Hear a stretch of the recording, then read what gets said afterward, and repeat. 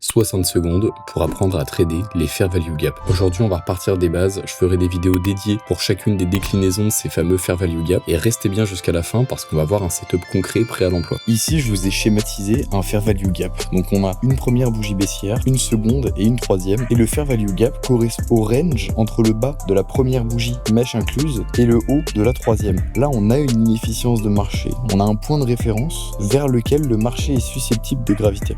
Donc ici, on avait de la liquidité qu'on a été chercher. Ensuite, on a un gros sweep où là, on voit vraiment qu'il y a un gros volume et une grosse réintégration. Donc c'est exactement ce qu'on recherche. On a ensuite un breaker et on a un retracement qui revient où? Eh bien, sur notre fair value gap, juste ici. Dans l'idéal, on aimerait bien qu'il n'y ait pas de clôture comme celle-ci dans la moitié inférieure de notre fair value gap. Ce qu'on veut privilégier, c'est des mèches comme celle-ci qui viennent titiller un petit peu le milieu ou comme celle-là même. Mais voilà, on veut dans l'idéal pas de clôture. Donc on voit bien qu'en se positionnant sur ce fair value gap, on aurait pu faire une belle plus-value avec pour objectif des anciens hauts par exemple, mais évidemment que le fair value gap ne se traite pas tout seul. Je vous invite à vous abonner, à liker, à commenter si vous voulez en apprendre plus sur le trading et les concepts ICT et je vous dis à très vite.